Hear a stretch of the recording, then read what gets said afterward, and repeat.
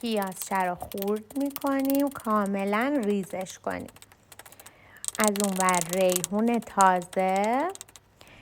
با فلفل، همه اینا رو که با هم خورد کردین،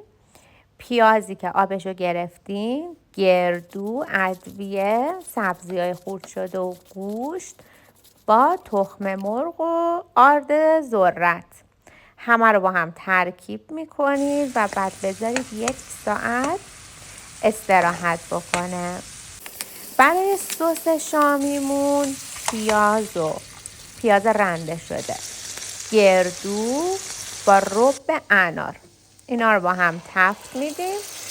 آب و یخ بهش اضافه میکنیم و بعد یه خورده که غلیظ شد به شامیای سرخ شدهمون اضافه میکنیم تا